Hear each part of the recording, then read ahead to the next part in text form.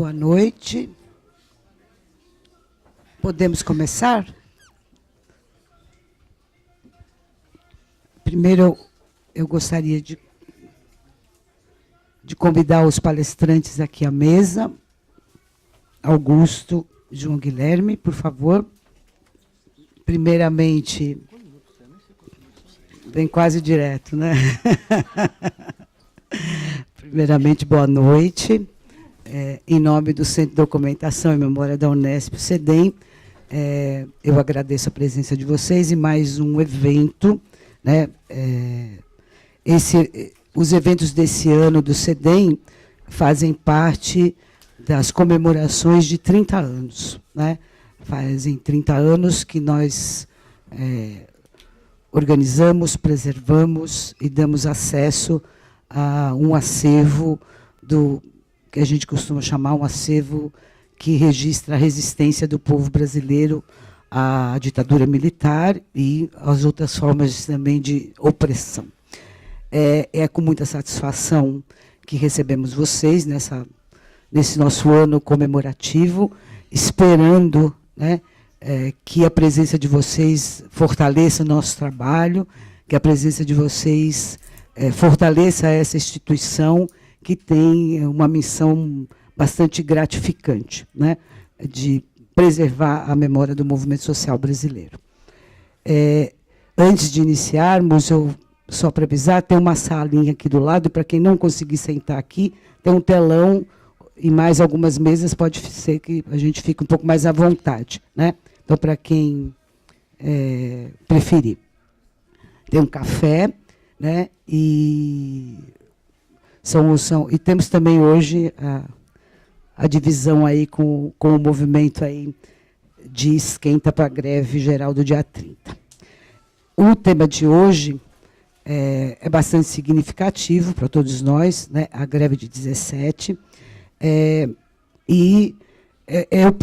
Eu esqueci de falar o principal para quem não me conhece. Meu nome é Solange, eu sou historiadora aqui do centro. Né? Essa comemoração que a gente inicia, né, com esse debate sobre a greve de 17, e que também estamos vendo em documentários, exposições e publicações sobre esse tema tão importante da história contemporânea brasileira, me faz pensar em 3 aspectos que, para mim, são bastante significativos. O primeiro deles é um aviso. Né? Essas comemorações avisam as forças retrógradas brasileiras de que o movimento social, o movimento de resistência, tem história. E, quando decide lutar, se unir e reivindicar, a gente resolve as coisas. O segundo aspecto que me faz também achar tão importante essa comemoração é que também ela apresenta uma recomendação às forças progressistas e humanistas do Brasil, que o movimento social também tem história, tem memória, e que se organiza, e que ninguém inventou a luta, nem a reivindicação, nem a organização. Que isso é um longo processo histórico. Então, voltar e recuperar a dimensão histórica desta primeira grande greve, que também não foi a primeira, mas foi a primeira grande greve emblemática da história do movimento social brasileiro, nos remete também a contextualizar que temos que pensar, refletir e perceber que as vitórias vêm por meio da união na ação. Né? E uma última coisa, é claro que eu não poderia deixar de dizer que essas comemorações a esse importante fato, para mim, apresentam um aspecto fundamental, não é o último, né? Apenas deixei para falar no fim, é sobre a importância da preservação da memória. A questão de preservar os documentos, os arquivos, os depoimentos, né? Dos sindicalistas, das pessoas que lutaram, do movimento social brasileiro, faz com que a gente perceba, né, que é somente dessa forma que o movimento social vai ser senhor da sua memória. Então, para a gente aqui do CEDEM, que labuta, né, nessa trilha, nessa trajetória da preservação dos acervos, e que muitas vezes, durante esses 30 anos, tivemos que convencer as pessoas da importância de guardar um jornal como a Plebe, como a Batalha, como a Vanguarda Socialista, como correspondências de sindicalistas já falecidos, enfim, uma infinidade de documentos que temos aqui, convencer a gestão da universidade, convencer as pessoas que têm os recursos financeiros, convencer inúmeros editais de financiamento que, ao longo desses anos, a gente foi buscar para poder preservar, conservar, acondicionar, catalogar, digitalizar, né, para que esses registros possam estar à disposição da sociedade e dos pesquisadores para que essa história seja construída, né, para que nos tornamos senhores da nossa memória. Então, sem mais delongas, agradeço a presença de vocês mais uma vez e passo a palavra para os nossos dois convidados.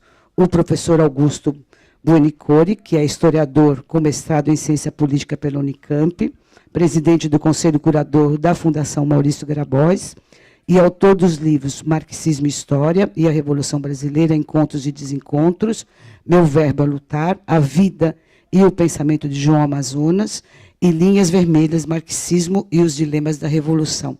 Todos esses publicados pela editora Anita Garibaldi.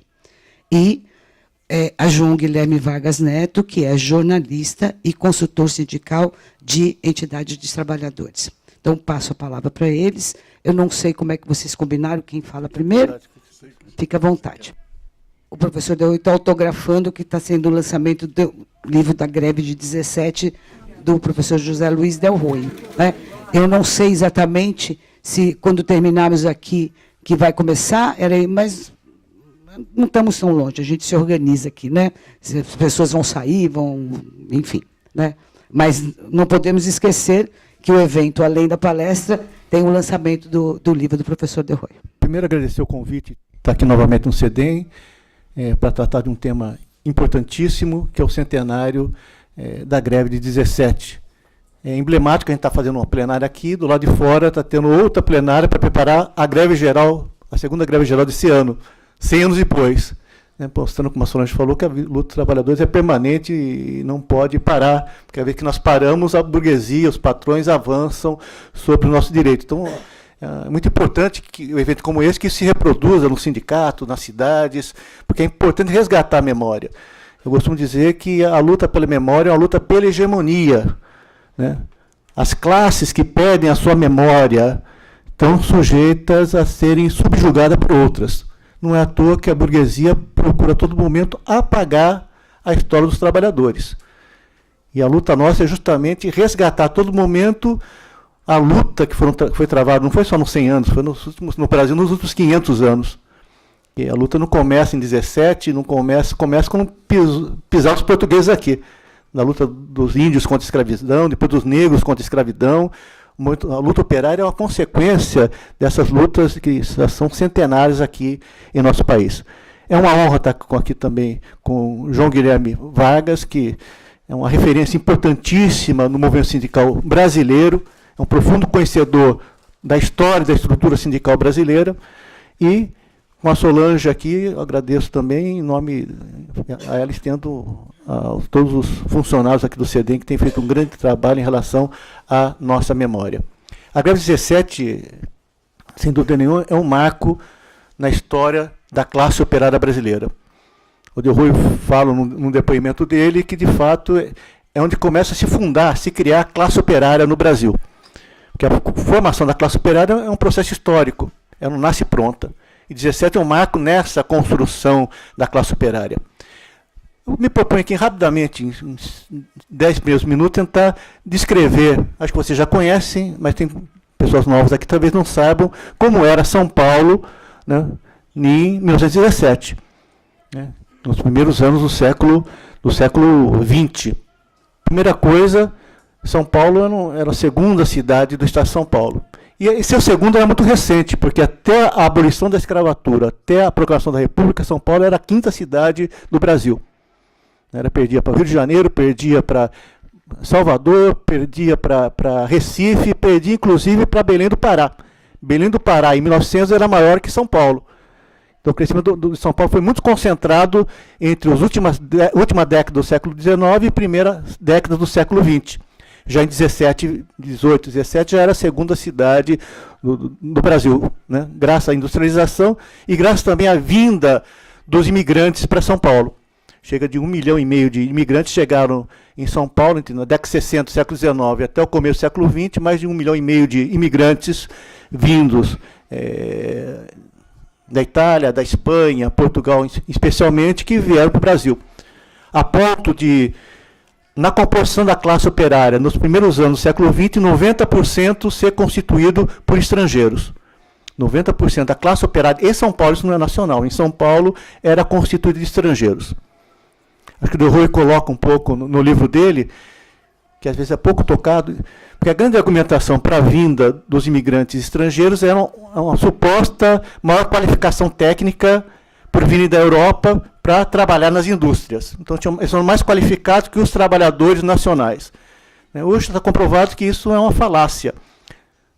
Existe uma ilusão quanto a isso. Talvez alguns que vieram da Europa tivessem algum conhecimento técnico na área industrial, mas a grande parte vinha do campo. Também não tinha conhecimento técnico na área industrial. Então, o que levou a essa opção da elite paulista, da burguesia paulista, dos latifundiários paulistas, em certo sentido, está vinculado a uma certa concepção de nação, que era a tese do branqueamento. Então, a vinda dos imigrantes estrangeiros, em especial da Europa, ao Brasil, tinha muito a ver com a tentativa de branqueamento aqui do estado de São Paulo. Então, esse era o quadro do ponto de vista da composição, entre aspas, étnica da classe operária aqui de São Paulo. É uma classe operária com uma participação grande de mulheres. Na indústria têxtil, por exemplo, que é a indústria principal do ponto de vista do número de operários, mais de 60%, 65% eram mulheres. Então, as mulheres tiveram uma grande participação na mão de obra operária de São Paulo, tiveram também uma participação, a gente talvez trate no debate isso, na própria greve de 17. Tem uma foto no livro Delroy que mostra uma operária imigrante espanhola falando numa das assembleias, aqui na frente, justamente a fotografia foi tirada aqui na frente do CEDEM em 1917. Então, as mulheres também tiveram uma grande participação. Também uma classe operária com um grande contingente de crianças. Quase 50% da mão de obra aqui de São Paulo era de criança. Quando falo criança, é crianças mesmo, de 6, 8 anos. Então, grande parte da mão de obra da Matarazzo, do Cotonifício Crespi, eram compostos de crianças de 6, 8 anos de idade. Embora em 1911, em São Paulo, foi aprovada uma legislação vinculada à questão da higiene fabril, que proibia, em 1911, que menores de 12 anos trabalhassem em fábrica. Mas como não havia regulamentação nenhuma, fiscalização ou punição adequada, mesmo com a legislação de 1911, as crianças continuaram trabalhando na indústria paulista, enriquecendo a jovem, entre aspas, burguesia aqui do estado de São Paulo. Então, não é uma mão de obra feminina, uma mão de obra infantil, que, como vocês sabem disso, até hoje é assim, as mulheres ganhavam 50% do que ganhavam os homens. E as crianças ganhavam menos ainda. Disse que chegavam a ganhar 30% do que ganhava um operário adulto. Então, é uma superexploração terrível do trabalho de crianças e de mulheres aqui no estado de São Paulo. Então, esse é um perfil do que era a classe operária aqui em São Paulo. Também é um mundo, que eu acho que é importante sempre ter essa ideia, porque a gente naturaliza algumas coisas, era um mundo sem direitos. Nós não tínhamos entrado ainda na era dos direitos. Que a gente está lutando hoje para preservar os direitos que foram conquistados ao longo das últimas décadas. Naquele período de 17, talvez um pouco antes, não havia direito, por exemplo. Férias, que hoje a gente acha que é um negócio naturalizado, universal. Não era. Não existia férias. Domingo, descanso semanal remunerado, não existia. O cara não trabalhava domingo, era dia santo, mas não recebia pelo domingo. Não existia, naquele período, previdência pública, não tinha nenhum tipo de previdência para o trabalhador. não tinha nenhum tipo de auxílio, doença, auxílio do acidente de trabalho. Então, não existia legislação tratando de salários. Então, o mundo do trabalho é um mundo sem direitos, né?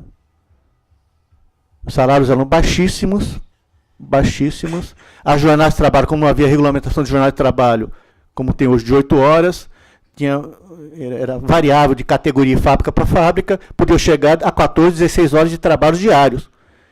Em média, algumas categorias, em 17 já chegava a 12 horas de trabalho. Chegou no começo do século a 14, 16. Então imagine vocês trabalhando 12 horas, 13, 14 horas por dia, sem férias anuais, sem receber no domingo e sem nenhum tipo de garantia de aposentadoria. Esse era o mundo que o proletariado, no início do século, se rebelou, né? E tinha todos os motivos para se rebelar. 17 é apenas um marco de um processo que já vinha desde o final do século XIX. A primeira greve que se tem notícia, a primeira organização, acho que também vocês já leram sobre isso, a primeira forma de organização, é óbvia, foi a Associação de Mútuo Socorro. Que é óbvio, o Estado não oferece nada, então os trabalhadores se auto-organizam para se ajudarem mutuamente, até pagar o caixão quando o trabalhador morre, né? Ou auxiliar com algum tipo de valor para a questão da doença. Então, a primeira forma foi essa, e depois rapidamente se transformou nas ligas e uniões operárias de resistência, que são as bases do atual sindicato. E a primeira forma de luta foram as greves, que começaram desde o final, metade do século XIX já tinha greve no Brasil. Não estou considerando as greves escravas, porque propriamente não são greves operárias que a gente está considerando aqui, típica do capitalismo. A primeira greve foi na década de 50 do século XIX, que foi a greve dos tipógrafos do Rio de Janeiro, que parou todos os jornais do Rio. Depois daquele período, no final do século XIX, começo do século XX, tiveram várias greves que pipocaram. Vou dar um certo salto agora, não vou tratar de todas as greves, então vou tratar de 2 greves no começo do século XX em São Paulo. Não estou tratando do Brasil, estou tratando de São Paulo. Que foi em 1906, uma greve importante, né, dos ferroviários. Começou em Jundiaí, né, depois se estendeu para outras cidades, que teve uma certa força na cidade de Campinas. Foi uma greve importante, que foi mobilizada, inclusive, a força pública, o Exército, para intervir e terminar com a greve em 1906. E houve uma greve muito importante em São Paulo, que é pouco conhecida, né, que faz 110 anos, que foi a greve de 1907. Foi uma greve também generalizada, começou a partir do 1º de maio de 1907, né, que tinha como eixo um centro, que era a redução da jornada para 8 horas. Então, foi a primeira greve generalizada no Brasil que tinha como pauta a redução da jornada para 8 horas. Essa greve foi parcialmente vitoriosa, né? Grande parte das categorias que faziam 14, 12 horas por dia, em 1907 já tinham reduzido a carga horária de trabalho, né? Talvez a que tivesse mantido com mais longa foi a categoria têxtil, que manteve entre 11h30 e 12 horas de trabalho.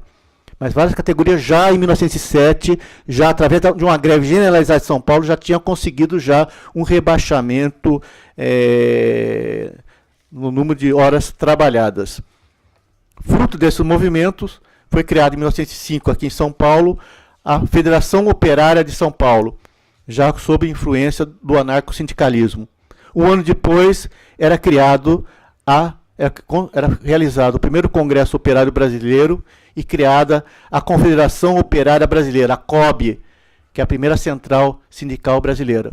Também acho que, como a greve de 17 foi um marco, essa de 1906 é um marco também, que a constituição de uma central sindical representa um salto de qualidade na compreensão do trabalhador enquanto uma classe, não enquanto um setor específico, uma categoria, uma profissão, mas como uma classe não regional, mas nacional. Então, a Constituição da COP reflete um salto de qualidade na constituição do proletariado brasileiro. É lógico, com esse crescimento também da luta operária, a burguesia também reagiu, né? Uma das primeiras formas de reação da burguesia, não foi a única, foi uma das primeiras e mais contundentes, foi a aprovação em 1907, justamente naquele auge da greve de 1906 e 1907, a lei Adolfo Gordo, que é a lei de expulsão dos estrangeiros. Então, todos os estrangeiros que comprometessem a segurança nacional poderiam ser expulsos do Brasil. Então, centenas, a partir de 1907, centenas de imigrantes, militantes do movimento anarquista e até socialistas foram expulsos do Brasil. Segundo um cálculo que eu fiz aqui, em torno de 700 pessoas entre 1907 e 1920 foram expulsas do Brasil por ter algum tipo de vinculação com o movimento anarquista, socialista, especialmente vinculado ao movimento operário. Já está quase vencendo meu tempo, nem cheguei em 17 ainda. Vou tentar resumir. Né? Eles me deram mais meia hora a mais do que a Solange tinha falado, mas vamos lá. A greve de 17 tem várias polêmicas, tem uma bibliografia, não é muito vasta, né, porque a bibliografia brasileira é um problema sério, né, porque, embora seja um acontecimento estratégico, deve ter uma meia dúzia de livros que tratem da greve de 17, mas se for ver como tema de greve de 17, deve ter contado um dedo de uma mão. Né. É um tema que merece um pouco mais de estudo. Né. Tem uma certa polêmica em torno se foi uma greve espontânea ou foi uma greve organizada. A greve, na minha opinião, a greve de 17 foi fundamentalmente uma greve espontânea. Né? Uma greve espontânea. Não foi uma greve planejada para ser uma greve geral. Uma greve que foi se transformando na ação da luta dos trabalhadores numa greve geral. Né? E também tem uma certa resistência aqui, algumas teses que foram defendidas, que chamam a greve geral 17 de greve anarquista. Greve anarquista 17. Na verdade, não foi uma greve anarquista. Não existe greve comunista, não existe greve anarquista, greve social-democrática, foi uma greve operária, sob direção anarco-sindicalista, de fato. Mas a greve de 17 foi uma greve que congregou, a Solange falou aí também, uma coisa pouco estudada, congregou todas as correntes do movimento operário se unificaram em 17. Lá tinha socialistas, tinha reformistas de outra ordem, tinha anarquistas, então houve uma grande unidade da classe operária naquele momento. E a greve geral 17... Desculpa, eu cometi um erro grave. Erro básico.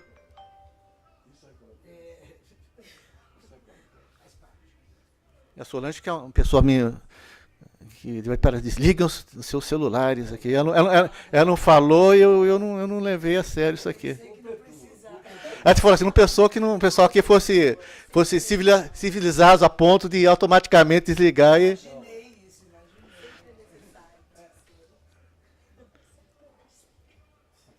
Vamos lá. O duro é quando o cara não sabe desligar o celular, ainda complica mais. Quando você está na tecnologia de 1917. Aqui, desligar, já apertei. Agora vamos lá. Vamos lá, voltando para o começo de 1917, que a greve de 17 foi um processo, né? Tivemos um período de refluxo. O movimento operário brasileiro, depois vamos estar no finalzinho aqui, nas lições, tem muito subidas e descidas nesse momento. Teve um auge de 1906, 1907, depois se manteve até 1912, 13, depois teve um refluxo violento com a crise do Brasil, a Primeira Guerra Mundial, que só em 1916 que o movimento operário volta a retomar um certo fôlego. No final de 16, né, quando começa um certo movimento contra a caristia, que estava altíssimo em São Paulo, chegou a passar de 30%, não, desculpa, 60% da inflação em São Paulo em 16, sem aumento salarial. Né? O aumento da exploração das crianças foi muito grande, tanto é que no começo de 16 houve uma grande campanha, né, denunciando o trabalho infantil. Então, no começo de 17, desculpa, teve uma campanha denunciando o trabalho infantil, uma campanha contra o aumento dos mantimentos, né, dos meios necessários à vida humana, né, muito forte em 17, no começo de 17. Chegando próximo ao 1º de maio, né, acontece um fato importante também, uma coisa muito interessante da classe operária brasileira. Foi no começo de 17, a Alemanha afunda um navio brasileiro, que estava circulando em águas francesas. Os Estados Unidos entram na Primeira Guerra Mundial. E começa uma forte pressão para que o Brasil entrasse na Primeira Guerra Mundial, uma guerra imperialista.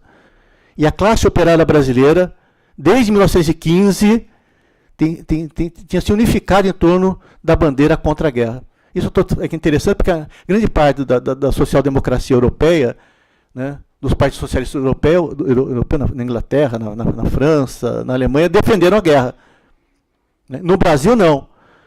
No Brasil, os anarquistas e os socialistas, inclusive reformistas, foram contrários à guerra e se unificaram. O 1º de maio de 1917 é importante, já tinha tido no 1º de maio de 1915, 17, o centro era ser contra o Brasil entrar na guerra. Então foi em maio. Maio teve um grande período de maio exigindo que o Brasil não entrasse na guerra. 4 dias depois, estoura a primeira greve na Cresp, no Cotonifício Cresp, que dura 15 dias. Então já entrou uma greve que durou 15 dias e foi vitoriosa. E no começo de julho, né, começa, a partir de um setor da Cotonifício Cresp, né, na Mooca, o que foi ser conhecido mais tarde como uma greve geral de 1917. Uma greve que começa também, igual começou, interessante, né? A Revolução Russa de 17, foi uma sessão que participava fundamentalmente mulheres. A sessão de tecelagem, uma sessão que era a maior sessão, começa uma greve no começo de julho de 1917. Então as mulheres tiveram um papel importantíssimo nesses primeiros dias da greve geral. A greve começa no Cotonifício Cresp, se espalha rapidamente para outros cotonifícios, para a fábrica antártica, né, vai se radicalizando os conflitos com a polícia, porque naquele período na República Velha, não é bem só na República Velha, lá talvez fosse mais forte isso, quer dizer que o problema social era um problema de polícia, né? É um problema de ordem social. Então todas as greves eram duramente reprimidas, né? E na repressão, esse início de greve, início entre aspas, já fazia mais de 15 dias que o Cotonifício estava em greve. No dia 9 de julho, vocês conhecem um pouco da história do movimento operário, que é assassinado o sapateiro José Martinez, né, numa manifestação aqui em São Paulo. E a partir da morte do Martinez, né, no meio dessa greve, que começa a generalizar, que a greve se transforma de fato numa greve geral em São Paulo. A partir da morte do Martinez no dia 9, na verdade não morre dia 9, ele leva um tiro dia 9 na porta da fora e morre dia 11. Não, dia 10 e o enterro dia 11. E dia 11, São Paulo, praticamente, quem descreve a cena de São Paulo, a cidade praticamente para. 10, 20 mil trabalhadores acompanham o cortejo do Martinez. E esse é o estopim, né, para que a cidade toda de São Paulo, na maior greve, o número muda muito, né? Uns falam 60, 70, alguns falam chegar até 100 mil trabalhadores de quase todas as categorias paralisam São Paulo. É a maior greve até então, né? E acho que até o início da década de 40, a maior greve generalizada que já ocorreu. É uma greve geral em São Paulo, centrada fundamentalmente na classe operária da cidade de São Paulo, né? A direção da greve basicamente, como a hegemonia coube aos anarco-sindicalistas, que era a força hegemônica no movimento operário combativo, não era a única. Existiam socialistas, existiam os chamados trabalhistas, cariocas, um pessoal mais que seria chamado hoje pelegos, existiam naquela época, mas os anarquistas eram, sem dúvida nenhuma, a força hegemônica. Também uma coisa interessante, assim, no ponto de vista dessa greve, né? Quem puxa a greve? Por uma particularidade da própria dificuldade do movimento operário de São Paulo. Não são os sindicatos que puxam a greve. A gente pensa, os sindicatos são puxados por centrais sindicais e por sindicatos, né? No caso de 17 não foi assim, até porque tinham sido desmontados os sindicatos no período de crise, né? Quem puxa a greve na Mooca, por exemplo, é a Liga Operária da Mooca. É a Liga Operária da Mooca, como as demais ligas que vão se formando, né, em Belenzinho, em outras regiões, eram horizontalizadas.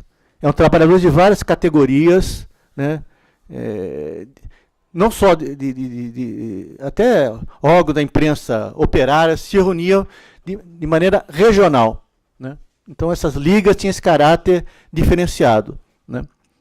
Só no meio da greve, com o crescimento da greve, que se forma o Comitê de Defesa Proletário, né, para negociar com os patrões do governo as reivindicações dos grevistas. Também é uma particularidade aqui, né? Como se dá esse processo? O comitê também não é formado por... É diferente nossa maneira de ver a luta sindical. Não era por representantes sindicais.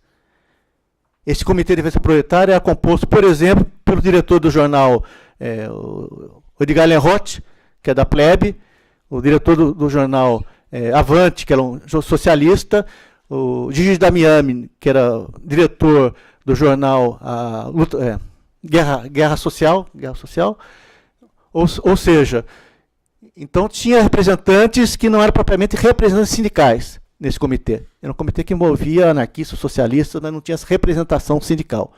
Né? E no processo de negociação é constituído, quando não chegava-se a um acordo, e os anarquistas se recusavam a conversar diretamente com o governo, inclusive com os patrões devido à repressão, se constituiu um comitê de negociação composto basicamente de jornalistas. Então, ou seja, foi um comitê composto por representantes de quase todos. Uma novidade também que eu vi no livro de Elroy, que eu não sabia, que até os jornais do Partido Republicano participaram desse comitê. Na minha cabeça, esses dois jornais, o Correio Paulistano, não teria participado do comitê, mas está lá o nome desse jornal, do diretor do jornal, como um dos representantes. Toda a imprensa paulista se unificou para formar um comitê que ajudasse a negociar uma saída para a greve. E aí também uma particularidade, que hoje é raro, né? A maioria da imprensa paulista mostrou simpatia pela greve, inclusive o Estado de São Paulo, né? A Batalha, vários jornais, setores médios, liberais, até por razões da oposição aqui ao governo paulista, das oligarquias paulistas, tiveram simpatia. Até 1919 podia se constatar uma certa simpatia de setores amplos da imprensa em relação a essas reivindicações operárias. Inclusive várias denúncias contra a situação operária nasciam justamente dessa imprensa liberal. E fruto dessa greve, fechando já, que já está acabando meu tempo aqui, dessa greve envolvendo 70 mil trabalhadores, 100 mil trabalhadores, né, que teve uma greve vitoriosa. Né, conseguiram 20% de reajuste salarial, conseguiram, na greve, né, a garantia de emprego para os trabalhadores grevistas, conseguiram, naquele momento, a libertação dos trabalhadores grevistas, conseguiram a abertura das ligas que haviam sido fechados logo em seguida à morte do operário José Martinez. Então, do ponto de vista político também, a greve representou uma vitória naquele momento. Tanto é que ela foi festejada como vitória pelo conjunto dos trabalhadores. Foi uma derrota política, econômica para a burguesia paulista. E a vitória, a Solange falou um pouco, já falei aqui também, foi fruto de um grau de unidade poucas vezes visto no movimento operário aqui no Brasil. O grau de unidade era muito grande, por isso que não é uma greve anarquista, é uma greve do conjunto dos trabalhadores aqui de São Paulo. Até porque os anarquistas também eram contra essa ideia de greve anarquista. Os anarquistas defendiam que as entidades, foi uma grande polêmica, fossem compostas, não tivesse politizar a entidade, todas as correntes estavam nas ligas, né, e a greve não podia ser uma greve anarquista. Né. Então, o próprio anarquista não se propunha que a greve fosse anarquista e nem que as centrais sindicais, os sindicatos fossem anarquistas. Isso foi vendida essa visão que não correspondia, de fato, à posição dos anarquistas. Né? Então, concluindo essa penúltima parte. Qual é a última? Né? As dificuldades das eleições da greve. Né? Porque a burguesia não ficou parada. Né? A burguesia deu o seu troco. Né? Depois dessa greve, que foi considerada vitoriosa, tanto é que foi vitoriosa, que as organizações operárias se multiplicaram. Essas organizações operárias que tinham se desfeito no período de crise de 1913 a 1917, voltaram a se organizar. Foram criados várias uniões operárias e várias categorias. A maioria das categorias recriou as suas uniões operárias entre julho, agosto, setembro. A Liga da Mooca chegou a ter 3 mil sócios. Então foi uma certa organização rápida do movimento operário. E a burguesia, imediatamente, já a partir de julho, também uma coisa muito interessante, já começou a circular em São Paulo, né, aventado pela própria setores da polícia, que os anarquistas pretendiam fazer uma nova greve geral e de caráter insurrecional. E pedia para a população de São Paulo já estocar alimento, porque os anarquistas preparavam uma greve geral insurrecional já para agosto, início de setembro. Os anarquistas precisavam ir para a rua e dizer, não, nós não pretendemos fazer outra greve geral, nós estamos nos reorganizando. Nossa palavra de ordem é organização, não é travar uma greve agora. Então houve um grande embate para criar um clima de terror que propiciasse essa repressão. Né? E a repressão veio em setembro. Novamente um fato curioso, porque os ferroviários tinham decretado greve em setembro, começo de setembro, E os anarquistas e a corrente que se congregaram em torno do Conselho, não só os anarquistas, os socialistas todos, fizeram um apelo para os ferroviários não fazerem greve. Porque aquela greve, naquele momento, podia representar, né, o álibi que a burguesia queria para esmagar o movimento operário, que ainda não estava organizado de uma maneira que lhe permitisse resistir a uma ofensiva patronal. A greve foi suspensa, mas mesmo assim, logo no meados de setembro, a repressão veio com tudo. Todas as lideranças anarquistas, inclusive o Leonhardt, foram presas. Leonhardt ficou 6 meses na cadeia. Vários foram deportados para o exterior. A Liga da Moca foi fechada. O Jornal da Plebe foi... A gráfica foi fechada. Ele conseguiu sobreviver mais alguns dias até o final de outubro, mas deixou de existir. Então entrou no período de profundo retrocesso do movimento operário aqui em São Paulo. Tanto é que em 1918 teve uma única greve em São Paulo. Né? Só em 1919 que vai se recuperar em 19 e 20 e depois de novo entra num refluxo movimento operário em São Paulo. E aí, depois vamos tratar um pouco mais no debate aqui, as razões desse refluxo. Esse refluxo do movimento operário em São Paulo também reflete no refluxo do movimento anarquista. Entre 1919 e 1922, o movimento anarquista em São Paulo, no Brasil, entra em profunda crise. E essa força que era hegemônica no movimento operário brasileiro, né, na greve de 17, na greve de 19, passa a perder espaço. E essa hegemonia, pouco a pouco, se transfere para o Partido Comunista. Pouco a pouco, o Partido Comunista passa a hegemonizar os setores mais combativos do movimento operário brasileiro. Não é à toa que é um caso raro também, que o Partido Comunista do Brasil é um dos únicos partidos do mundo, né, que nasce de uma cisão do movimento anarquista. Todos os partidos comunistas na Europa, né, mesmo na América Latina, pega a Argentina, Chile, nascem da cisão da social-democracia. Os partidos comunistas nascem da cisão da social-democracia. No Brasil, o Partido Comunista nasce de uma cisão no seio do movimento anarquista. Uma grande parte das direções do movimento comunista, pego 2 exemplos claros, Otávio Brandão e Sorgílio Pereira, vem da vanguarda anarquista que dirigiu várias lutas no final da década de 10. Então essa é uma particularidade. Então o comunismo no Brasil reflete um pouco essa crise que o anarquismo viveu neste último período. Encerrando mesmo, o tempo venceu, é a conclusão que a Solange fez aqui, também é minha, né? Ou seja, né, viveu num período hoje que nossos antepassados conquistaram muita coisa. Né? Apesar dessa derrota, né, se for pegar bem, até a partir de 17, coincidentemente, né, 19, 20, 21, 22, até 25, até 30, começa no Brasil a discutir e se aplicar uma legislação social. As primeiras leis que estabelecem férias já é antes de 30. Né? Leis que garantem a questão da segurança do trabalho infantil, já foram sendo conquistadas a partir de 1918, 1919, 1920, fruto dessas mobilizações. Então, o próprio Estado brasileiro, que era contrário, por ser liberal ortodoxo, a intervir no mundo do trabalho, regulamentando relações de trabalho, o próprio Estado brasileiro, começando pelos municípios e estados, começa a aceitar e até promover uma legislação trabalhista.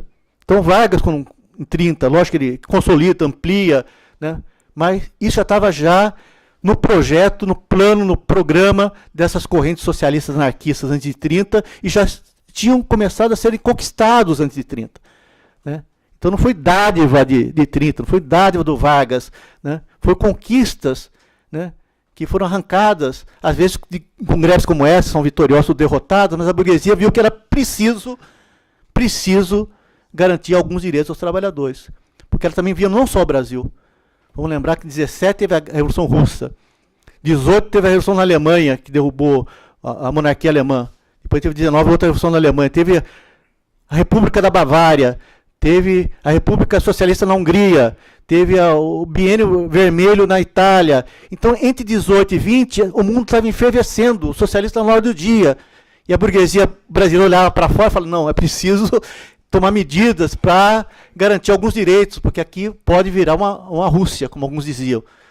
Não, então, ou seja, as conquistas que hoje defendemos temos que garantir, é fruto da luta do nosso antepassado. Então, é um dever nosso impedir que esse governo que aí está destrua aquilo que nós levamos 100 anos para construir. Eu tenho muita esperança que os trabalhadores, apesar das dificuldades que eles têm, vão garantir a unidade necessária e construir os caminhos de luta necessários para que nós não percamos nesse período nenhum direito social conquistado nesses últimos 100 anos. Obrigado, meu companheiro.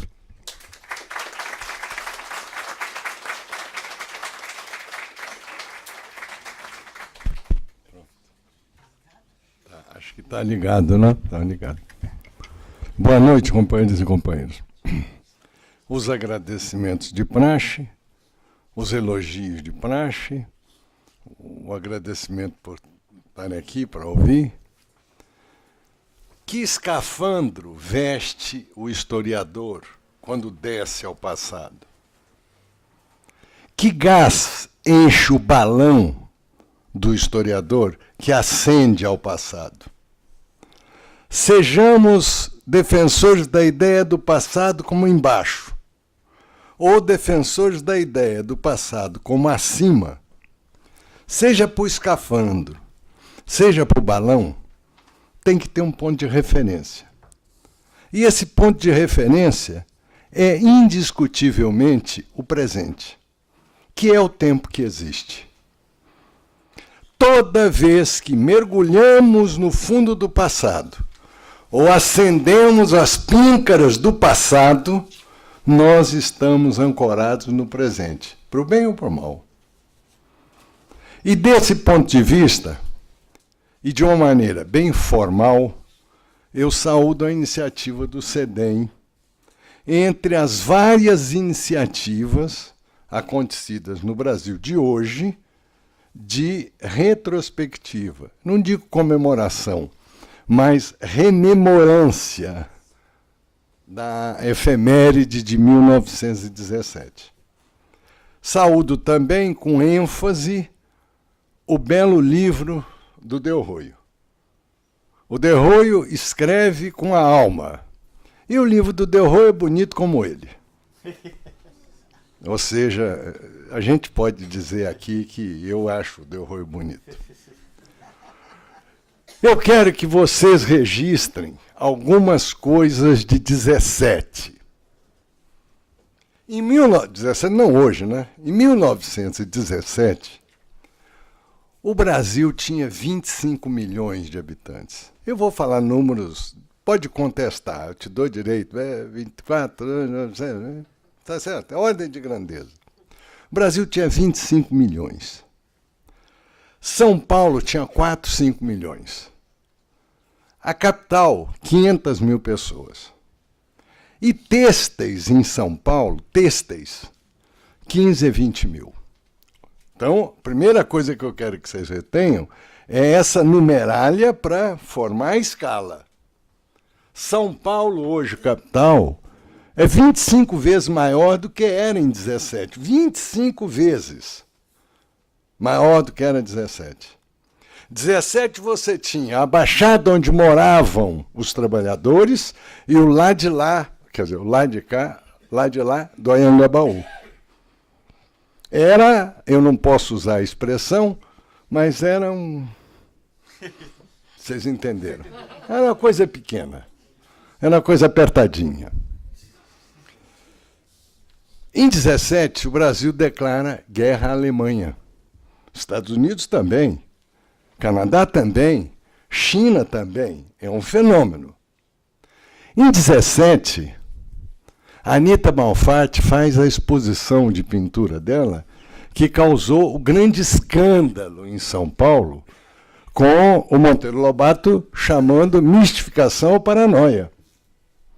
Eu estou criando o clima para a gente entender onde nós estamos, hein? Em 17, o Di Cavalcante, que era amigo do...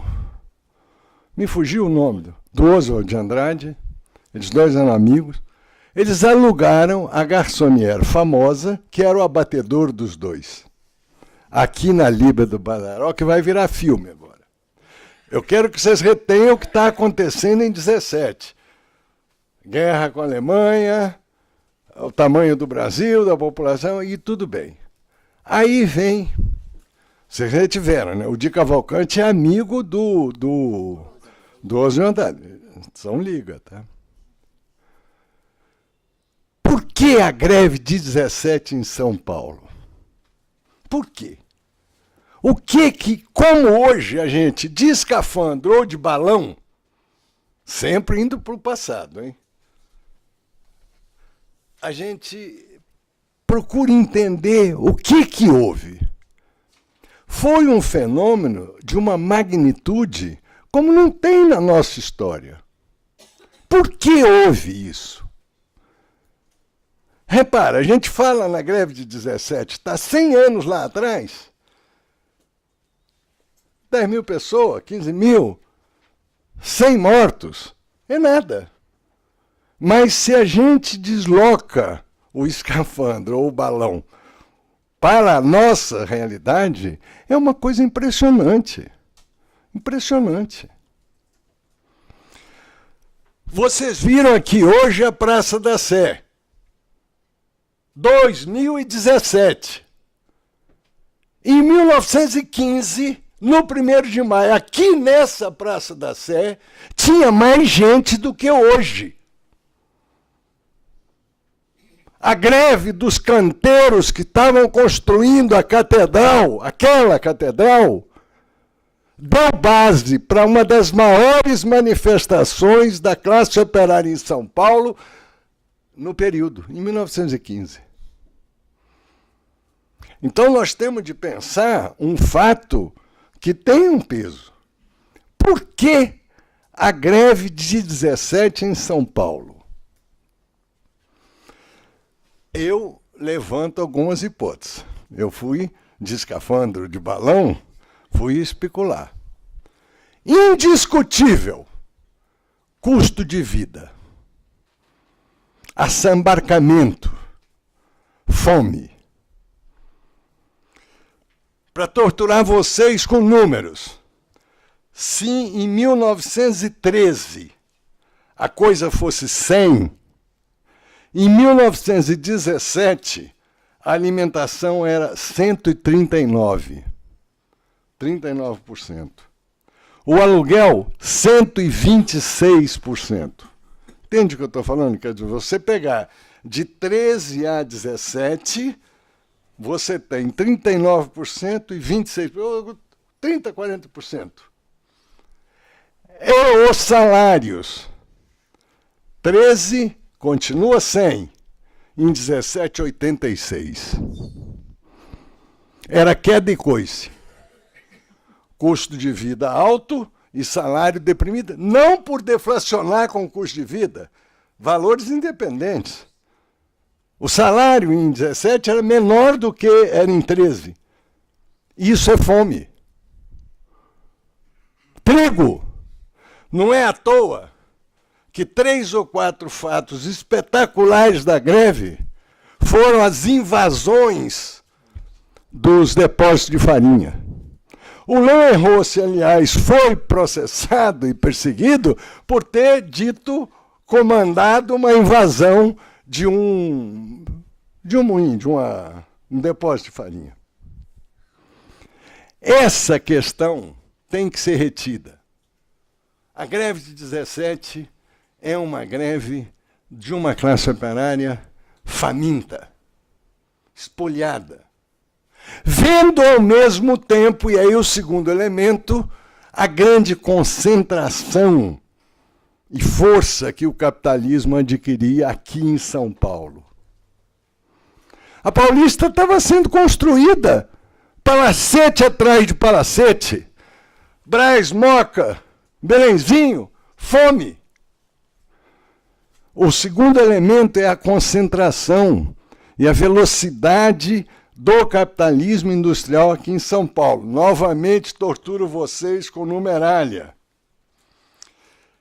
Entre 1907 e 1919, as empresas no Rio, com mais de 200 operários, cresceram 50%. No mesmo período, As mesmas empresas em São Paulo, com mais de 200 operários, cresceram 125%. Eu pego os números para sintetizar o que eu estou dizendo. Aqui em São Paulo, você tinha, pela crise da guerra, assambarcamento, custo de vida, fome, etc. Ao mesmo tempo, você tinha o avanço do capitalismo por conta da própria guerra, substituição de importação. Começamos a fabricar coisas aqui que não podiam vir de fora, da Europa conflagrada. Concentra, produz. E terceiro elemento, o ajuntamento étnico, fabril e residencial. Eu tenho nessa uma das chaves para a compreensão da greve de 17. Fome, avanço da indústria, mais uma concentração de residência, de fábrica, impressionante. Todo o palco da greve vai se dar num arco de 1 quilômetro de raio. E ali se concentrava a massa dos trabalhadores, homens e mulheres. Avanço mais a questão étnica. Eu fui ler. Derroy me obrigou. Derroy me ensinou a ler. Eu fui ler a imprensa da época, nossa. E vocês vão rir comigo agora. Faz parte do chique das notícias nossas da época dizer que tal ou qual comício do 1º de maio, de uma agitação, de uma tal ou qual comício, teve orador que falava em português, em italiano, em espanhol e em alemão.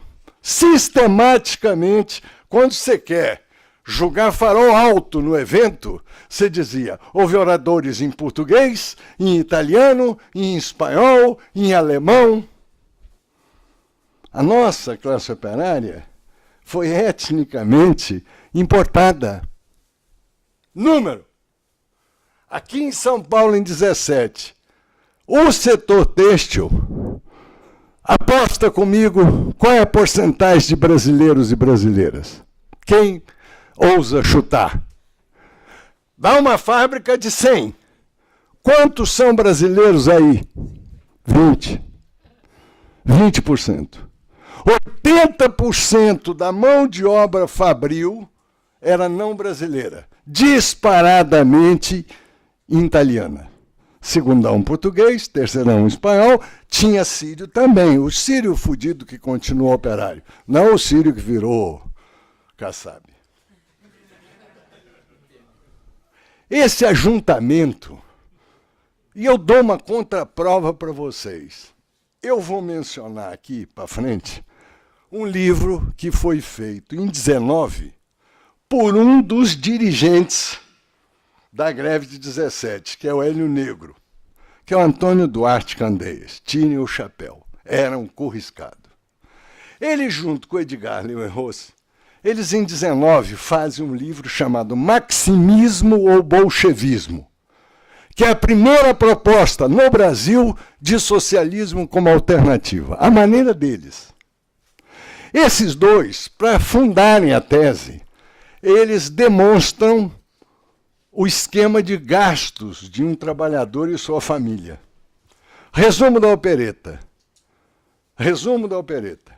Uma família de um trabalhador, sua esposa e 2 filhos, gastaria mensalmente R$200 mil.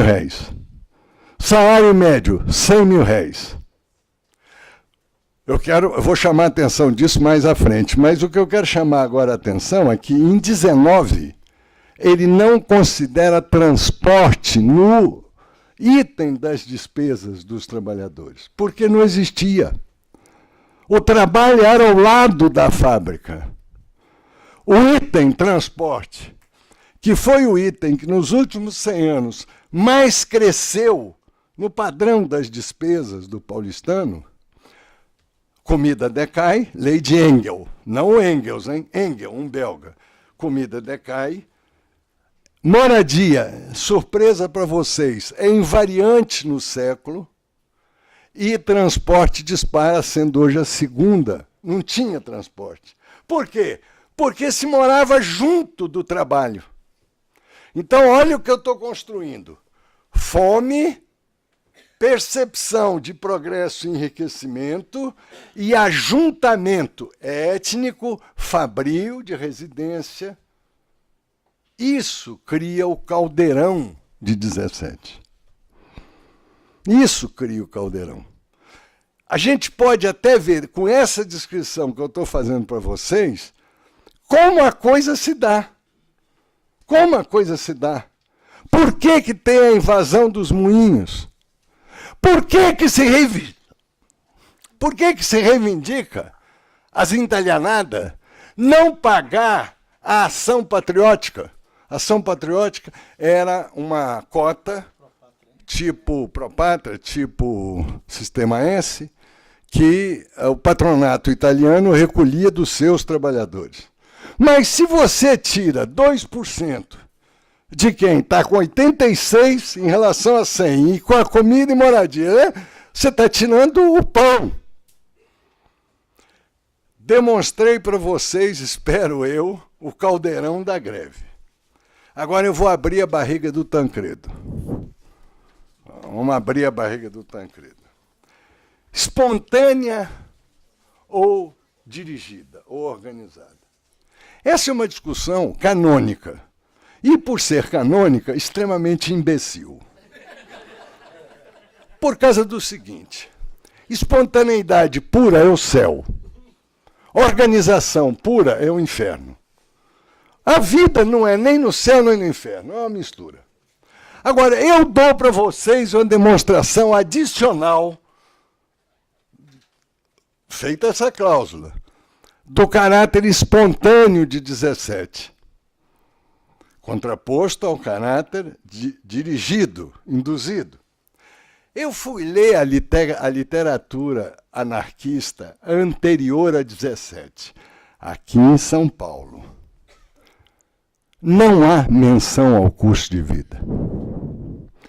A literatura anarquista que precede a greve de 17, como a literatura anarquista em sua trajetória, ela tem 3 eixos, principalmente a partir de 15, 3 eixos.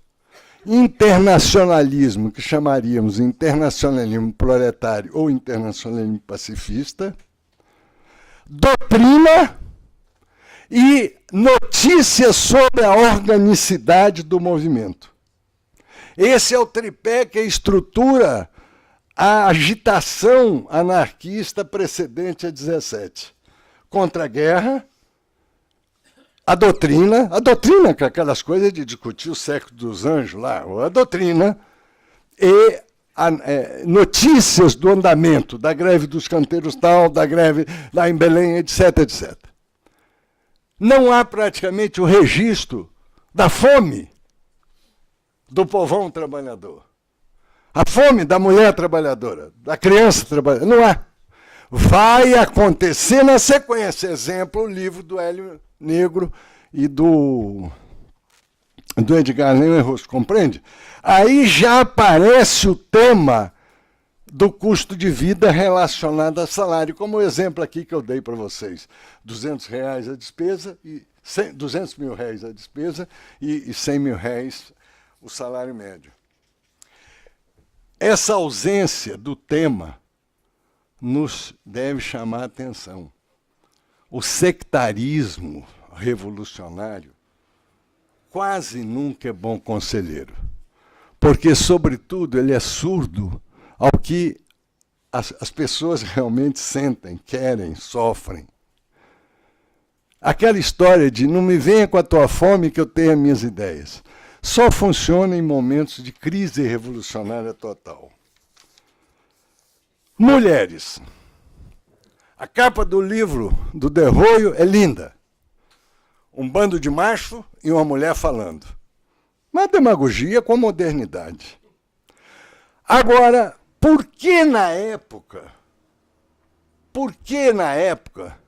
as mulheres operárias tinham realmente peso e participação do movimento? por aqueles números que eu dei do Hélio Negro. Se para manter a família eu gasto 200 e eu recebo 100, para manter a família, alguém tem que receber os outros 100. Seja a mulher, seja as crianças, ou seja, indo pela média. Nos têxteis, em 17 aqui em São Paulo, a mulher era mais da metade da mão de obra. Mais da metade. Quando há a greve, e a gente vê as fotos da greve hoje, só tem homem praticamente. Aonde estavam as mulheres? Aí eu digo para vocês, elas estavam cumprindo aquela chamada segunda tarefa. Repara, minha casa é pobre, eu estou com fome, fiz greve, mais rosca ainda, porque, repara, naquela época não tinha dias parados, descontado, não. Fez a greve e levou. Ou ganha ou perde. Quem que ficava em casa descascando o nabo com cuidado para fazer o sopão? Quem dava a retaguarda para a massa de trabalhadores fazerem a manifestação? A metade da mão de obra. Tanto que o delegado, quando convoca, numa tentativa de repressão, de amedrontamento, convoca depoimentos coletivos sobre a greve, ele determina que mulheres e homens venham em hora separada. É como se vota no Chile hoje. Numa cabine mulher, numa outra cabine homem. E ele mandou separar. As mulheres, elas tiveram um papel fundante nessa greve. Tão incompreendido hoje quanto mistificado por os que querem transformar isso num elemento que contraria a própria luta de classe. Vamos para a criança. Desses trabalhadores têxteis, de 10 a 20% eram menores de 14 anos, 12 anos. Vamos reter isso. Nas fábricas, de cada 10 trabalhadores, 1 ou 2, o que já é um absurdo, eram crianças. Porque quando se fala menor de 14, no Cupiru, quer dizer, é de 6 a 14, entendeu o que eu estou falando? É criança mesmo. Essas crianças estavam subjugadas ao despotismo da fábrica, concordam comigo? Muito mais do que o próprio adulto. Estavam, além do mais, porque é criança. Tem que ser educada. Como se educa? Dá o chicote. A greve significa o quê? Parou o trabalho. Ela não está na escola, como os meninos de classe média, ou as meninas de classe média.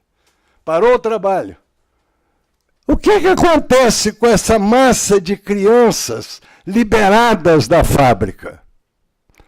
Vocês não sabem, mas eu vou dizer.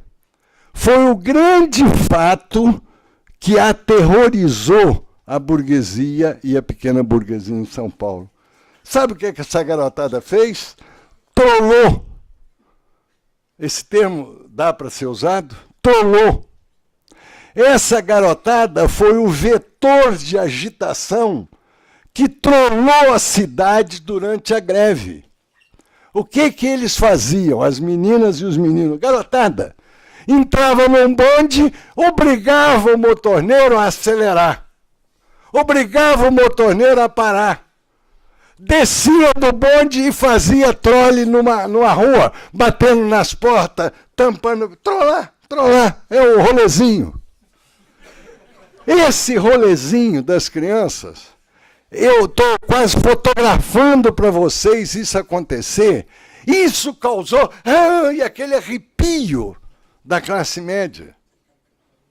Mas foi um elemento agregador, multiplicador e grande agitador da potência da greve. A trollada das crianças. Já está acabando. Olha, então eu disse, a mulher tinha que trabalhar para completar o salário, a criança também. Bem, uma outra característica que eu quero transmitir para vocês é a desorganização patronal. Enquanto do nosso lado a gente cooptou jornalista de esquerda, vamos dizer assim. Ele falou aqui, o povo, boa gente. Tudo manguaçado, mas boa gente. O patronato não tinha. O patronato teve de ir para a repressão direta. Cachaça na força pública, pau no grevista. Não teve essa linha de buscar ponto de apoio, articular. Um empresário decidia, não dou, o outro manda quebrar o pau, o outro pegava a polícia mineira, soltava em cima do povo lá da Rua do Brás, etc. Não tinha unidade. A repressão, ela foi feroz.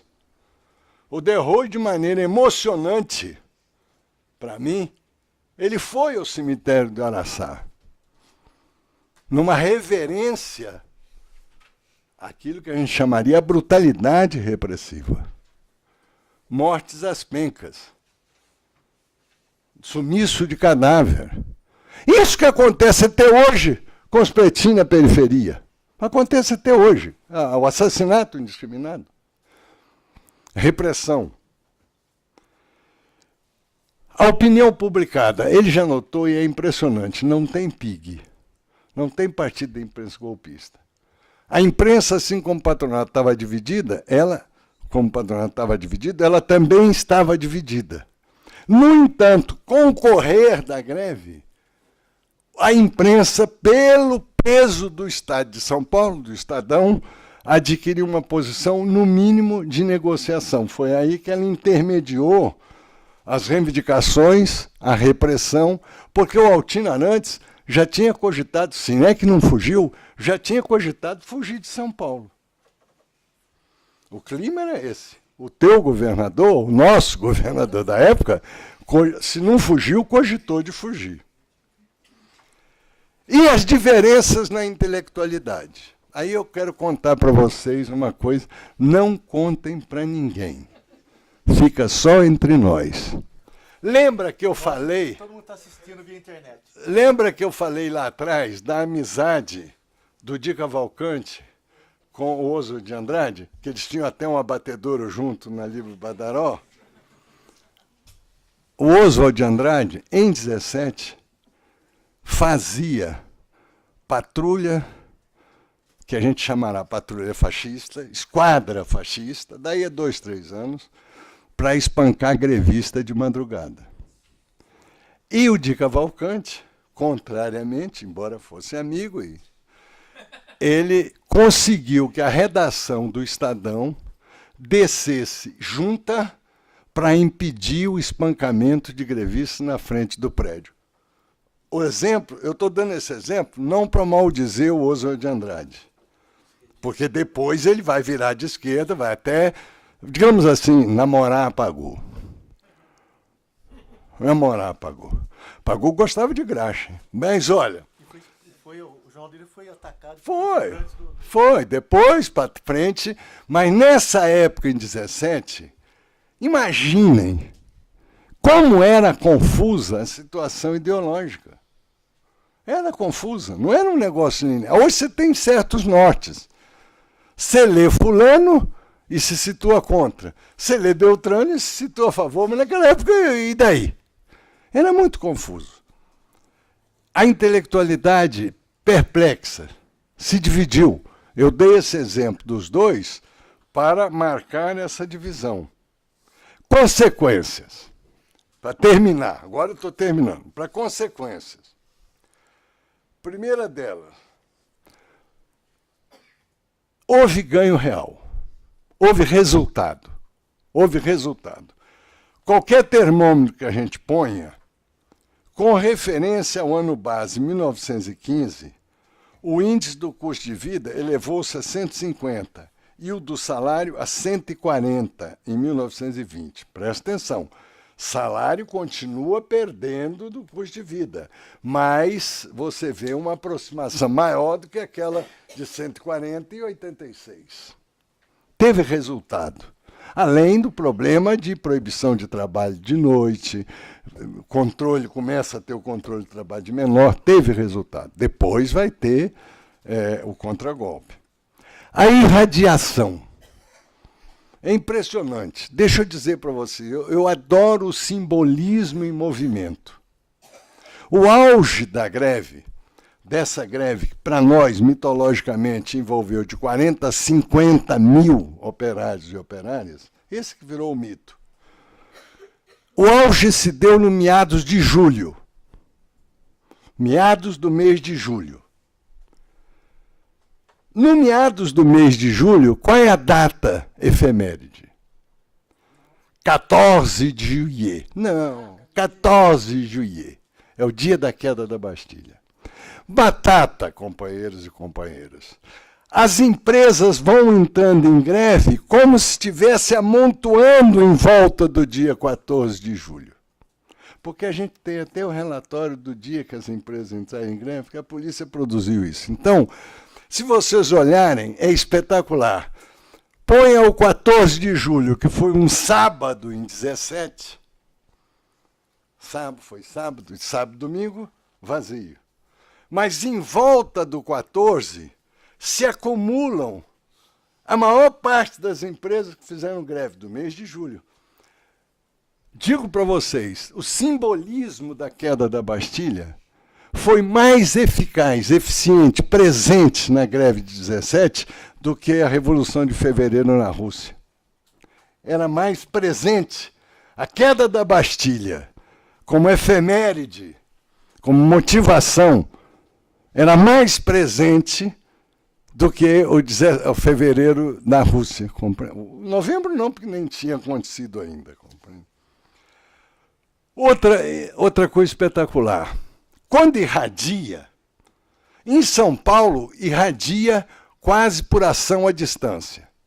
As mesmas datas que você lista aqui em São Paulo, você listaria São Bernardo, Jundiaí, o eixo das ferrovias. É o tempo do trem chegar e uma greve aqui. Dia 15 era lá, dia 16. Ou dia 15 aqui, se o trem chegasse lá, era dia 15 também. Agora, eu quero destacar para vocês uma irradiação que é espetacular. Curitiba. A segunda cidade no Brasil, cidade capital, que teve greve geral, a primeira foi São Paulo, essa que nós estamos descrevendo. E a segunda foi Curitiba. Curitiba teve uma verdadeira greve geral. Conto para vocês. Em 1986, duas amigas nossas do movimento sindical, chamada Alcina de Lara Cardoso e a Silvia Pereira de Araújo, elas, estimuladas pelo livro do Del Roio sobre o 1º de maio, elas fizeram o 1º de maio 100 anos de solidariedade e luta em Curitiba. Quer dizer, o livro do Del Roio, 1º de maio em geral. Elas, estimuladas pelo livro, bairristamente, Deus salve elas, fizeram sobre Curitiba. É a primeira vez que tem a menção da greve geral de Curitiba em 17, por uma particularidade muito simples. As duas vão atrás, nos registros, e vão registrando anos de greve. E elas descobrem que 17, em Curitiba, houve umas 20 categorias que simultaneamente pararam. Pô, o que é isso? É uma greve geral em Curitiba, irradiada da greve geral de São Paulo. Esse ano, nós vamos comemorar em Curitiba esse fato. Ou seja, comemorar o fato de que Curitiba foi a segunda cidade, a cidade não paulista, que acompanhou a greve geral. Até há um livro de dois companheiros, um que é reitor atualmente da Universidade Federal, que é a greve geral de 17 em Curitiba, mas é em 1996, quer dizer, eles já acompanham. Olha, o que eu tinha a dizer para vocês é isso. Se eu os distrair, ótimo. Se eu os ilustrei, melhor ainda. Se não, passem bem.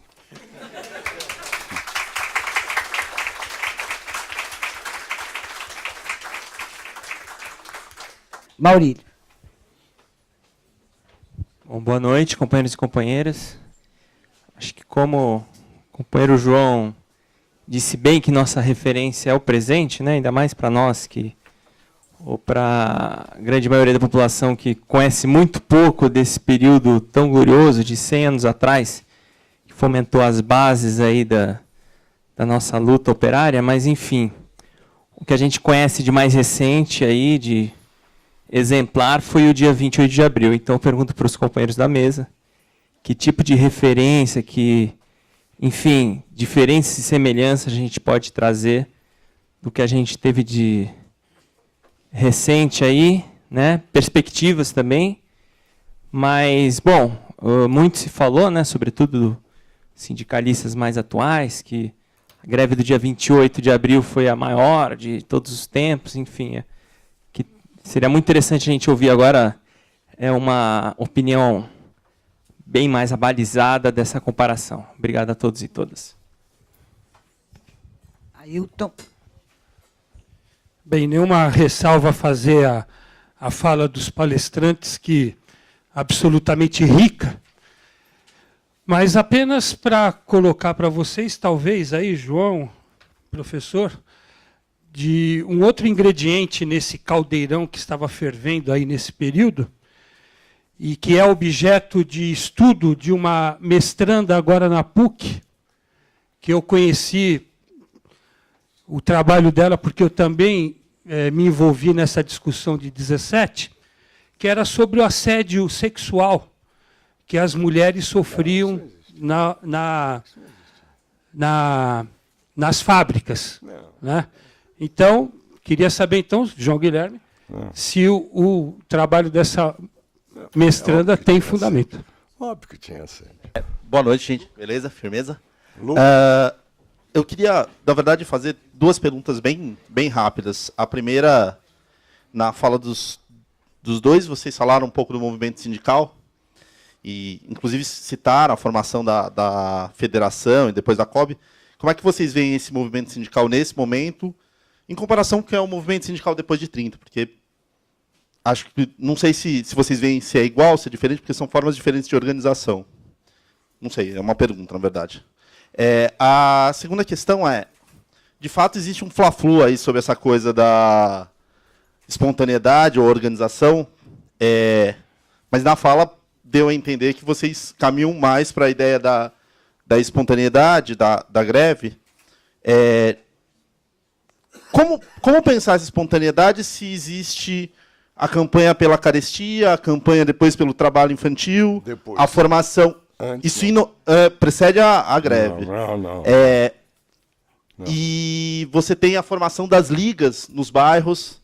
Até pensar, ela é, de fato, ponta de lança aí ao movimento operário, mas ao envolver os bairros, Liga Operária do Brás, da Moca, Moca primeira, né? Brás, Santana, enfim, como pensar isso? Ainda que ela não seja dirigida, ela não seria organizada nesse sentido? Não. É uma pergunta. Boa noite a todos, a todas.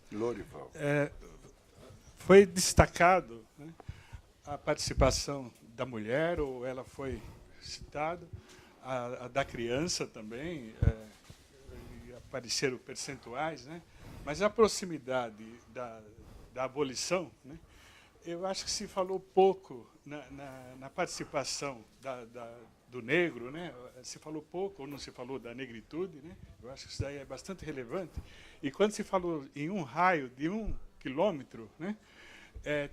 Então a gente entende que é importante falar de como que houve uma mudança do rural, do aspecto rural e do aspecto urbano, quer dizer, a influência que tiveram esses elementos. Eu gostaria, acho que a gente poderia ouvir mais, e certamente que vocês têm uma contribuição rica também com esses outros aspectos. Tá?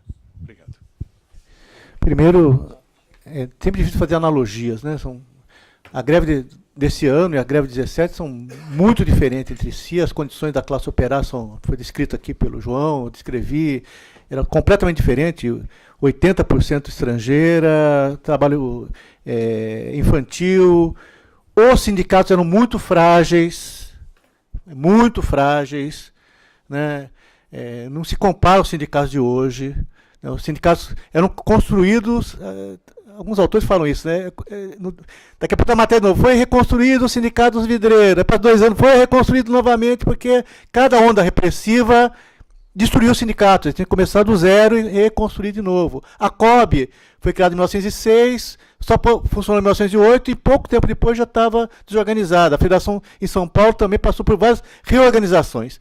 Cada ofensiva da polícia, cada ofensiva desorganizava e reorganizava de novo. Então, é um mundo, do ponto de vista organizativo, muito diferente, como também é muito diferente, já falei aqui, do ponto de vista dos direitos. Não haviam nenhuma forma de direitos sociais, direito trabalhista. Então, é muito difícil comparar as duas coisas, né? Aí, fazendo um gancho com essa questão do espontâneo e do organizado, né? Do consciente.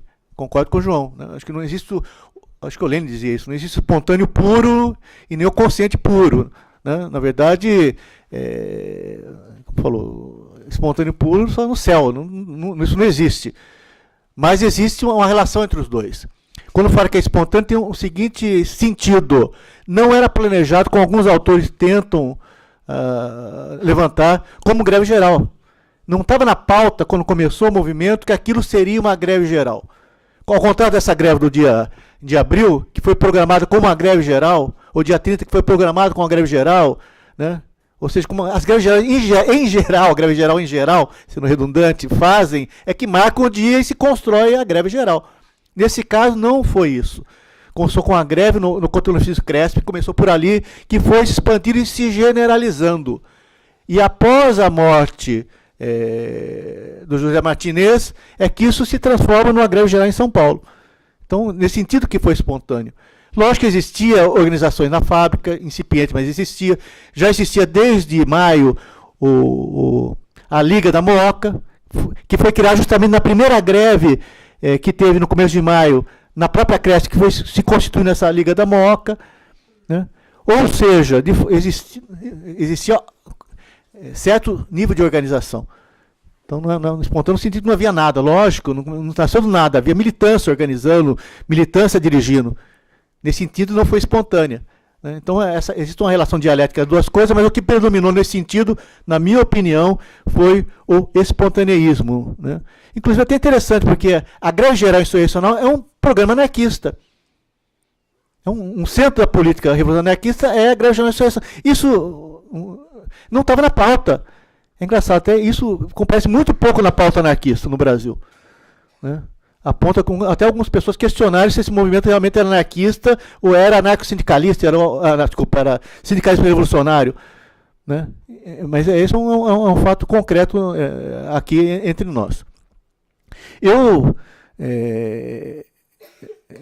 relação ao assédio sexual, é óbvio, ele colocou que o João aqui antecipou, era gravíssimo o problema de assédio sexual no Brasil, no mundo inteiro, sobre as operárias, era inclusive motivo de várias revoltas. Muitas revoltas e greves no mundo inteiro teve início a partir da prática de alguns administradores, de alguns capatazes que abusavam das suas funcionárias, das crianças. Então, muitas rebeliões surgiram em relação a esse abuso em relação às crianças.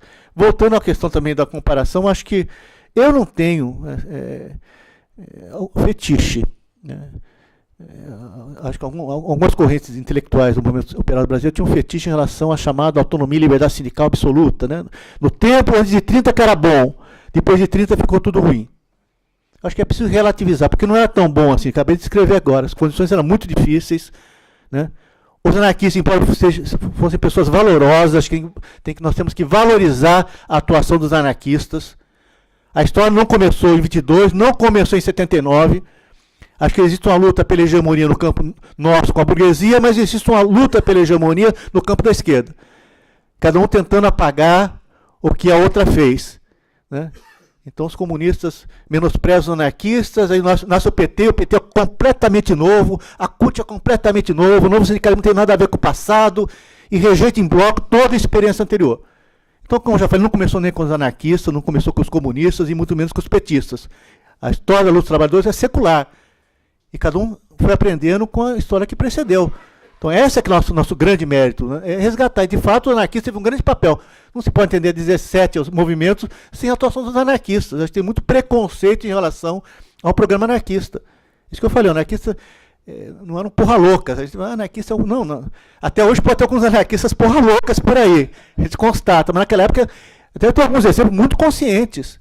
A ponto de pedir para suspender greve, não realizar a greve, porque isso poderia assolar a repressão contra o movimento sindical, que é algo mais consciente, né? A própria tentativa que os anarquistas fizeram de incorporar todo mundo. Esse comitê de defesa proletário tinha socialistas, né? E era tudo construído por consenso. Devolver a pauta, inclusive do primeiro congresso, da COB, do segundo, do terceiro, você vai ver alguns camaradas que vão dizer, tem muito pouco de anarquismo lá. Tem muito pouco de anarquismo, no sentido mais que a gente pensa o anarquismo, né? Porque a tônica da unidade era muito grande. Mas eram muito limitados também, agora eu estou fechando aqui. Acho que a questão, essa concepção sobre a organização sindical era muito limitada. Essa concepção descentralizada, federativa, né? Que impedia que se construísse uma central sindical realmente forte, orgânica, e sindicatos mais permanentes, né? Isso foi um problema dos anarquistas. O mais grave de todos, aqui não tratamos aqui, não foi embora nós tenhamos só nuance com o João em relação à questão do custo de vida, né? Porque assim foi a pauta que eles levantam em 17, uma grande tônica dessa pauta é justamente o custo de vida. Medidas em relação ao custo de vida, por certo, pressionado pelas condições reais, objetivas, que são obrigados a incorporar. Mas grave não é isso. Mas grave está vinculado, né, a uma crítica que eu faço ao anarquismo, que é essa visão despolitizada, né? Porque os anarquistas, não sei se você sabe disso, era contra, inclusive, a regulamentação de direitos trabalhistas.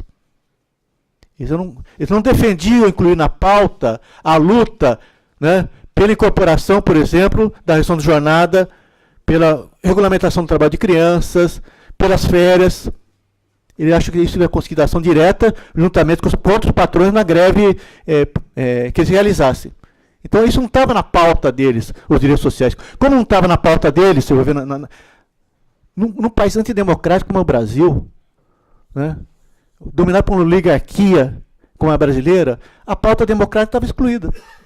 Direito de voto às mulheres, voto secreto, justiça eleitoral, até porque eles eram contra a participação eleitoral, mas eram uma bandeira democrática. As bandeiras anti-imperialistas, num país como o Brasil, estavam também excluídas. A não ser a bandeira de contra-guerra, que é de outra natureza, as bandeiras contra-imperialistas também estavam excluídas. Ou seja, bandeiras que podiam agregar ao lado do movimento operário amplos setores sociais, né, bandeiras democráticas, nacionais, acabaram sendo jogadas em segundo plano em nome das bandeiras exclusivamente econômicas corporativas. Não foi para corporativas, que é um exagero, econômicas. As pautas, porque ele acreditava que só a pauta econômica unificava os trabalhadores. Porque tem que ser só econômica, porque é essa que unifica. Se por alguma outra pauta de caráter político, isso divide os trabalhadores. Então, a pauta política, democrática, estava excluída. E como também tem outro limite, na minha opinião, como comunista, era a negação, né, do partido político e da luta política institucional, né? Um elemento fundamental. E a crise do anarquismo, desculpa, concluo, em grande parte está ligado a isso também, né? Porque a partir da Revolução Russa de 17 surge um novo exemplo de uma revolução vitoriosa.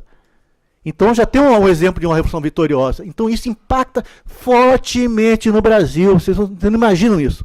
A ponto de 1919 ser constituído no Brasil o Partido Comunista do Brasil. Não em 22, em 19. Quem estava na cabeça disso? Lenroth. Uma grande parte dos anarquistas se congregaram somente para constituir um Partido Comunista do Brasil, que era anarquista. Mas só o fato de se constituir um partido comunista, um partido, já mostra uma certa crise da ideologia anarquista em 19.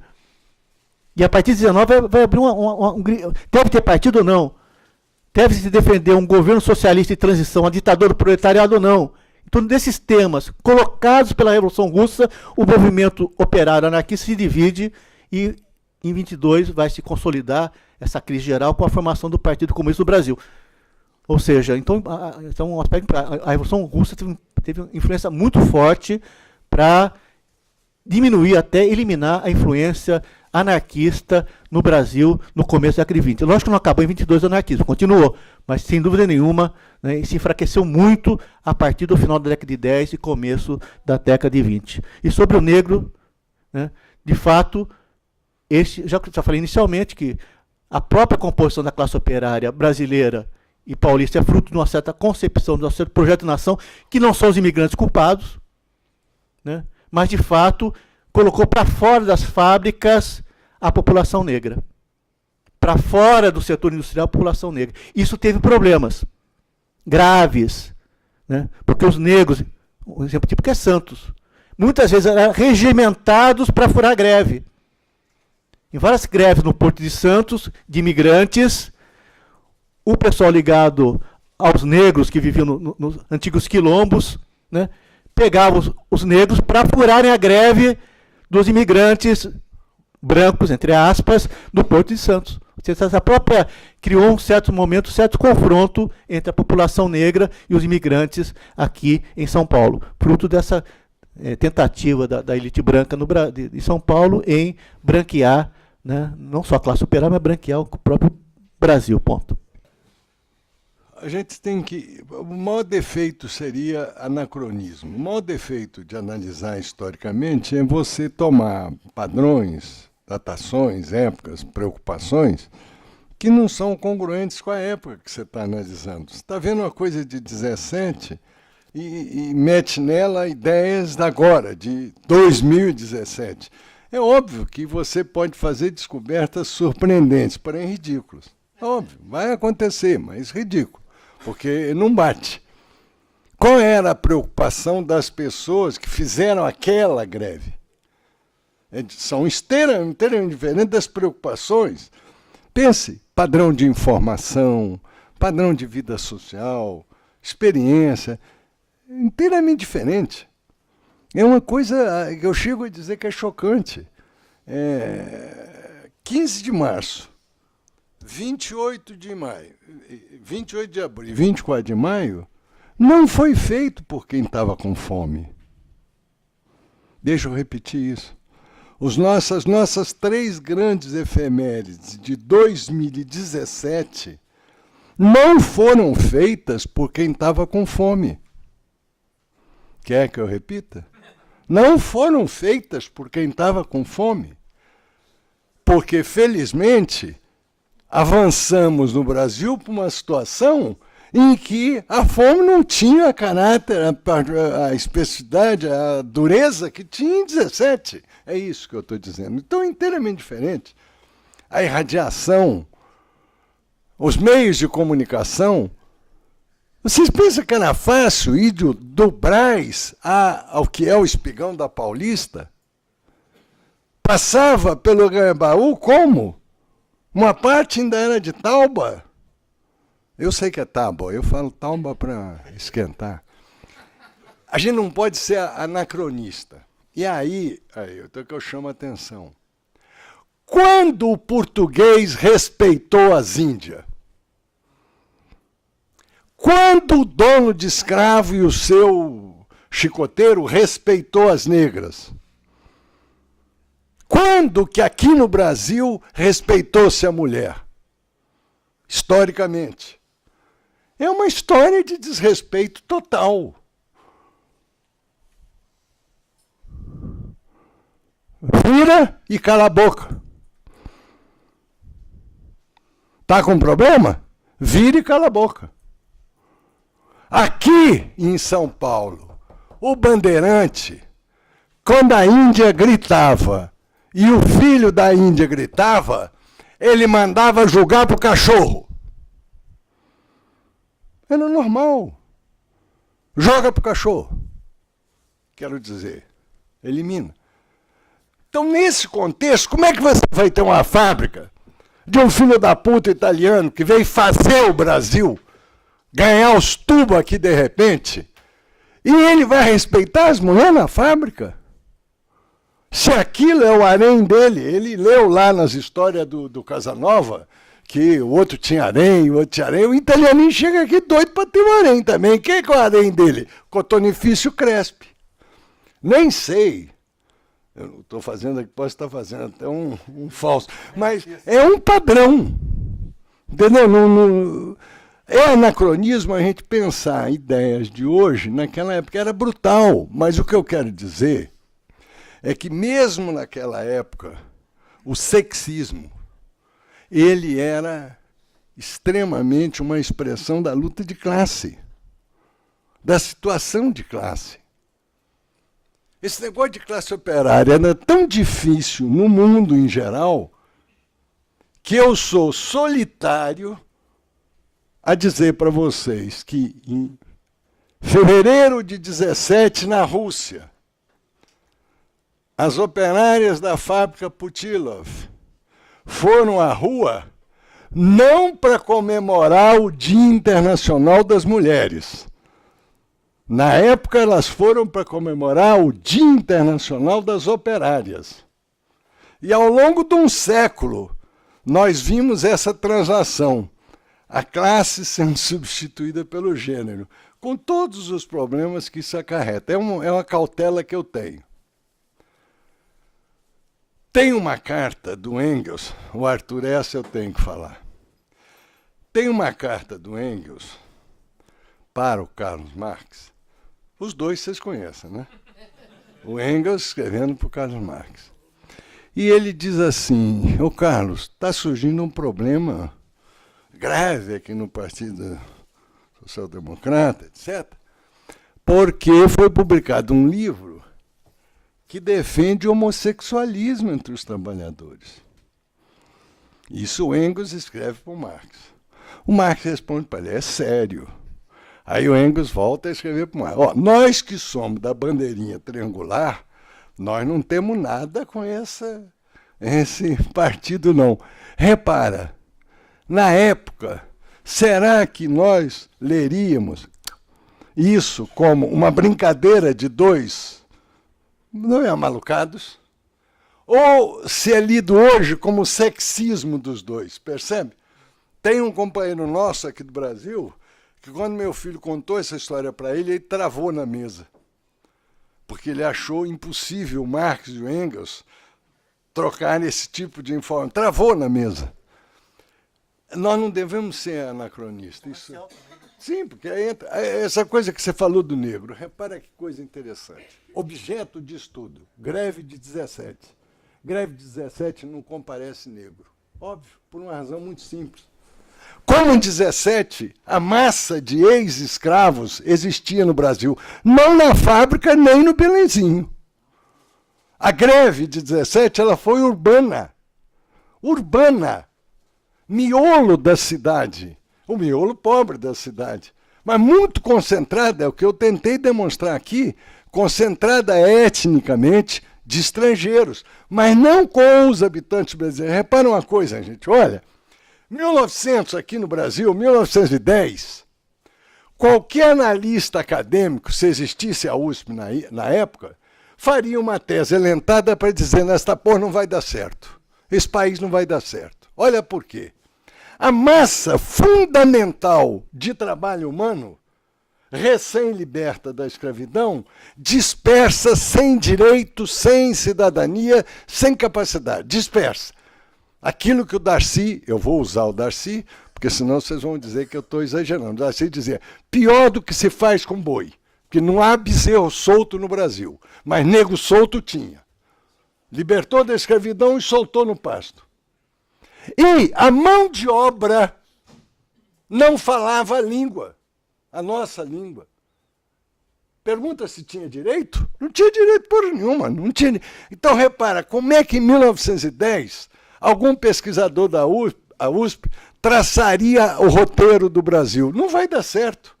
A massa da população trabalhadora, dispersa, sem direito. A elite do trabalhador, convocada para ser elite, para ensinar até profissão, etc., também seria. Não vai dar certo. Não vai. Isso vai se dividir em tantos portos quanto a América Latina se dividiu em países. E, no entanto, nós somos hoje um negócio enorme, com 210 milhões. Então, há alguma coisa aí que 17 nos deu como legado. A existência da classe, a presença dela, e eu quero chamar a atenção para vocês. Mais forte que a repressão durante a greve foi a Operação Silêncio Obsequioso sobre a greve nos anos seguintes. São Paulo ficou proibido de falar nisso. Guilherme de Almeida faz uma série. Guilherme de Almeida, esses todos? Guilherme de Almeida. Né? Ele faz uma série em 1920 sobre... Ele não fala assim, mas eu que vou falar. Sobre as minorias étnicas de São Paulo. Então vai pegando húngaro, pega russo, pega sírio, sabe? É uma série que ele faz e depois publica isso em conjunto. E diz assim, sobre os italianos eu vou falar porque é problemático. Quer dizer, sobre os italianos que tinham configurado recentemente, em 17, aquela pujança da greve, o Guilherme de Almeida não fala. Em 23 anos. Há um silêncio obsequioso sobre 17, de tal forma que é triplamente louvável, quadruplamente louvável, esse evento do CEDEM, o livro do De Roio, o evento da Universidade do Paraná. Percebe que é uma coisa que nós estamos violando e a bibliografia é escassíssima. Você falou uma mão, são duas no máximo. Para a gente formar uma ideia do que foi 17, a greve, 10 livros no máximo, hoje no Brasil. 10 livros, livro ou tese, etc. Então é escasso. Cada época, cada família feliz se parece. Cada família infeliz é infeliz do seu modo. Está lá a abertura do Ana Karenina, é assim que abre. A nossa época tem as suas infelicidades. Nós temos vantagens sobre essa época. Por exemplo, essa que eu falei, ninguém que foi a Brasília estava com fome. Pelo contrário, a gente foi até para comer durante a viagem. Mas tem desafios diferentes. Eu acho muito importante esse fato. A gente reter que lições nós podemos tirar de 17. Exceto conhecimento, ilustração, coisa que é importante, nós podemos tirar uma lição para o seguinte. Essa, para mim, a única que fica, sobra teoreticamente, é essa discussão de espontâneo e dirigido, honestamente. Quero que vocês me entendam. Na lista de reivindicações aparece o custo de vida. O que eu disse a vocês é que toda agitação anarquista prévia não tem esse elemento, porque era baseada no internacionalismo proletário, greve, ou doutrina, quero dizer, tal, ideia, tal, é bom aquilo, né? E organicidade, quer dizer, cresceu isso, cresceu aquilo.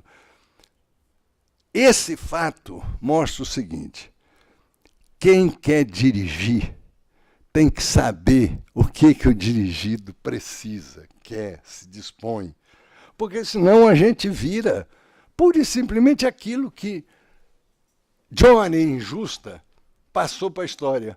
O anarquista como chato caga-regra. Toda a imagem que a gente faz hoje do anarquista é o chato. Não vê como aquela coisa que na França eles falam, aqueles homens generosos com a camisa furada que a gente viu o coração maior do que o corpo pelo buraco da camisa. Não, a gente vai ficando com a ideia do anarquista caga-regra, chato, sectário, anticlerical, ou seja, uma coisa ranheta.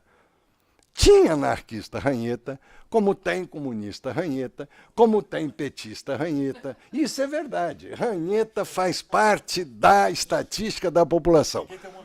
Não, ranheta, ninguém tem. Ranheta é a curva do sino.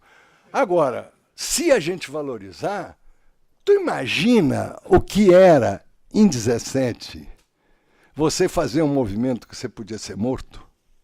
Vamos parar. Eu falei da fome, mas vamos brincar disso agora.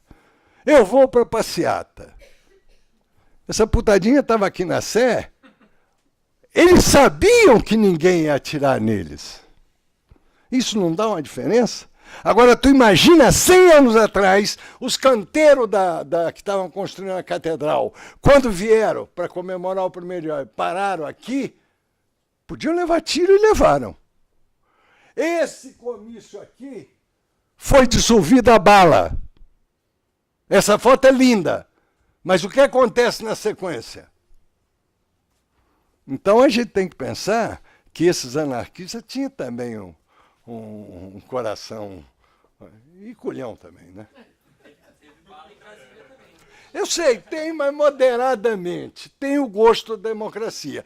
Agora, atualmente no Brasil, a gente está sentindo o cheirinho da democracia, que é bomba de gás de pimenta. Isso é cheiro da democracia. Claro, pancada. Pô, aqui nessa sala, quem não levou uma chanfrada? Uma boa chanfrada. Quem não levou? Não estou falando isso para humilhar ninguém. Eu levei em 60. A primeira chanfrada que eu levei está fotografada na capa do jornal Diário de Notícias. Ó, eu respondi tudo, hein? Disciplinada. Temos pauta aqui para outros debates sobre... uma das... antes de me despedir de vocês e agradecer mais uma vez a presença, eu gostaria somente de ponderar uma questão, que, na verdade, essas discussões que a gente teve hoje com a greve de 17 e as respostas que os nossos palestrantes indicaram agora, fazem ver que a historiografia brasileira ainda precisa, além de produzir mais sobre a história do movimento sindical, tem que disseminar mais, né, para a população em geral a história das lutas da organização, né? A gente poderia, agora em agosto, fazer um evento sobre a história, já que falamos tanto em caristia, do movimento contra a caristia, iniciado por mulheres e que nos trouxe aqui em 1 de agosto na Praça da Sé, que eu também foi onde eu tomei minha primeira porrada, que você falou, né? Que também é muito pouco eu não estou dizendo estudado como objeto, né? Mas é muito pouco absorvido pelo menos por essa parcela de pessoas que bravamente tem tentado resistir a uma série de coisas, né? Quem foram as mulheres do movimento contra a caristia? Também eram mulheres da primeira greve, maior greve dos metalúrgicos de São Paulo. Então, a gente tem uma constante, né? O ir e vir, né? A gente tem uma constante. E, puxando a sardinha de novo para o nosso lado, os acervos estão aqui, assim como estão em outras instituições, né?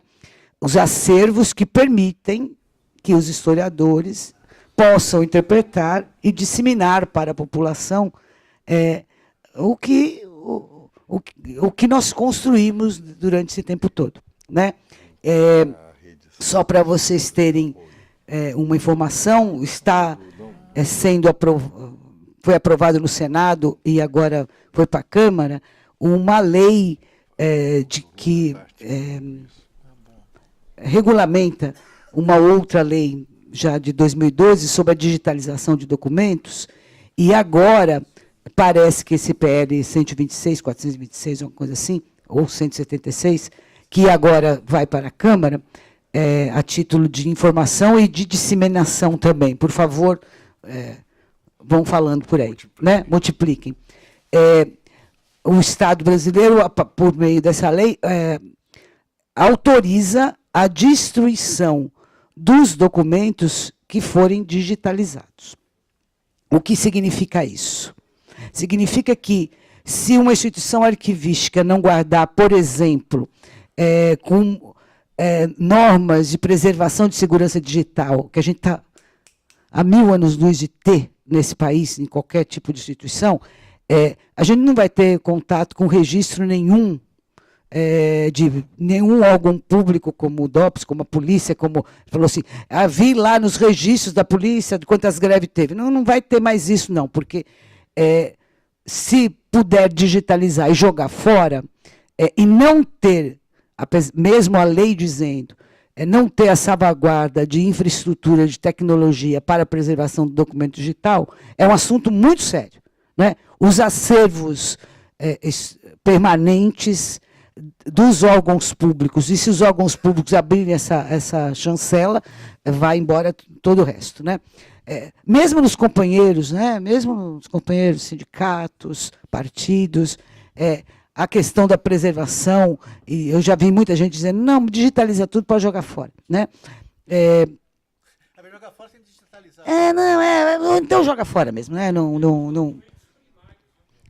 Isso, perdemos o registro que vai possibilitar que os pesquisadores, historiadores e sociólogos se debrucem, interpretem e disseminem para a população. A equação é essa, né? A equação é essa.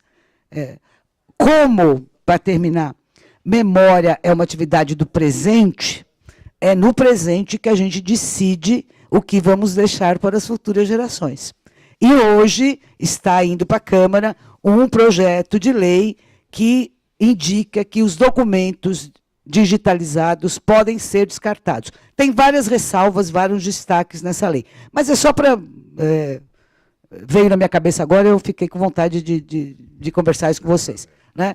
É importante que a gente saiba. Então, depois do primeiramente, né? O segundamente também continua sendo fora Temer, a gente se despede e agradece vocês pela... Eu não sei como é que está o Zé Luiz ali assinando, se vocês vão, né, passam por lá, mas até o próximo evento.